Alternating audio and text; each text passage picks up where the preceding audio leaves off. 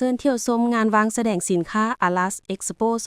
2022 ภายใต้หัวข้อวิวัฒน์อาศัย Living Forward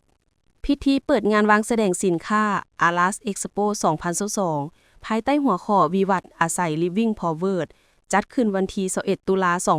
2022 ที่ศูนย์การค้าลาวไอเทคนครหลวงเวียงจันทน์ให้เกียรติเข้าร่วมโดยท่านสอนไซ ศรีพันดร นายกรัฐมนตรี ท่านเล็กไหล ศิวิไล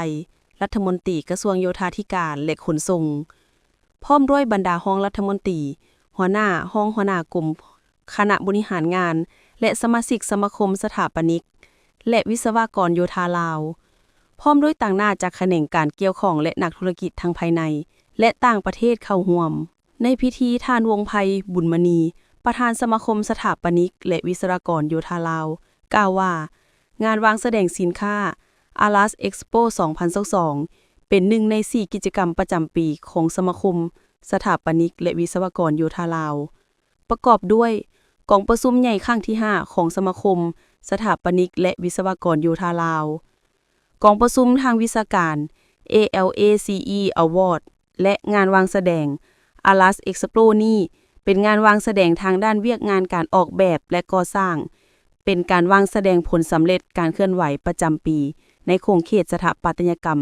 และวิศวกรรมโยธาของลาวนอกจากนี้งานยังเป็นเวทีและพื้นที่สำหรับโอกาสของการพัฒนาใหม่ในมิติของธุรกิจนวัตกรรมการร่วมมือเพื่อส่งเสริมวิชาชีพของแขนงการดังกล่าวให้ต่อเนื่อง Alas Expo 2022 จะได้ดำเนินไป 7 วันนับแต่วันที่26 ตุลาคม 2022 Alas Expo 2022 ครั้งนี้จะถูกนำเสนอผ่านหัวข้อวิวัฒน์อาศัยหรือ Living Forward ที่สะท้อนให้เห็นถึงการเดินทางผ่านการเวลาของที่อยู่อาศัยในลาวตั้งแต่อดีตถึงปัจจุบันและสานต่อสู่อนาคตเป็นงานวางแสดงที่จะพาผู้ชมไปสำรวจและเรียนรู้วิวัฒนาการของสถาปัตยกรรมและการก่อสร้างในลาวเริ่มตั้งแต่ภูมิปัญญาการออกแบบก่อสร้างเรือนดั้งเดิมที่มีคุณค่าทางวัฒนธรรมไปล้นถึงการพัฒนาปรับปรุงอาคารที่อยู่อาศัยที่มีรูปทรงและลักษณะร่วมสมัยสามารถตอบโจทย์ความต้องการในการใช้ชีวิตที่หลากหลายของสังคมได้อย่างมีคุณภาพภายในงานวางแสดงมีบูธวางแสดงสินค้ารวมทั้งหมด130บูธ80 กว่าบริษัทภายในและต่างประเทศบูธของบรรดาบริษัทออกแบบที่ปรึกษาและก่อสร้างและบูธของสมาชิกสมาคมสถาปนิกและวิศวกรโยธาลาวเคียงคู่กันนั้นยังมีบูธของสมาคมสถาปนิกและวิศวกรโยธาลาวคู่ร่วมมือของสมาคมสถาปนิกและวิศวกรโยธาลาวรวม20บูธซึ่งประกอบด้วยบูธขององค์การจัดตั้งสากลบูธวางแสดงผลงานของภาครัฐบูธวางแสดงของภาคส่วนการศึกษาจำนวนหนึ่งนอกจากนี้งานยังเป็นเวทีและพื้นที่สำหรับโอกาสของการพัฒนาใหม่ในมิติของธุรกิจ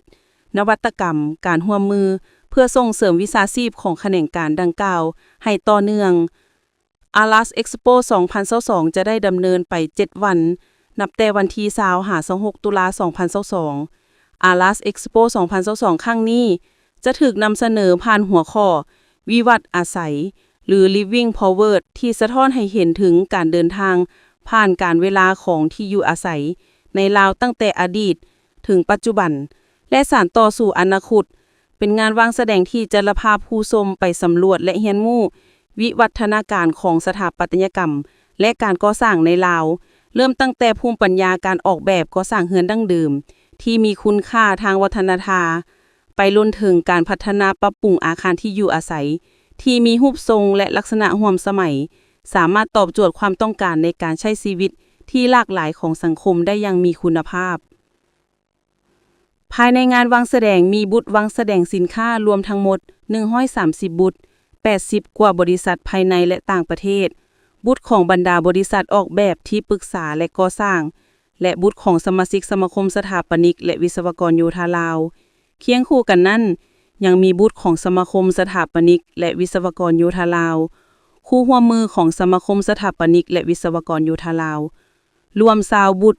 ซึ่งประกอบด้วยบูธขององค์การจัดตั้งสากล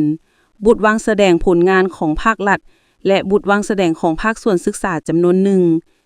นอกจากนี้งานวางแสดงสินค้าวัสดุ และนวัตกรรมเพื่อการก่อสร้างแล้ว ตลอด 7 วันของงาน Expo ยังมีกิจกรรมหลากหลายที่ทั้งสมาคมสถาปนิกและวิศวกรโยธาลาวและผู้ประกอบการร่วมมือกันจัดกิจกรรมที่หลากหลาย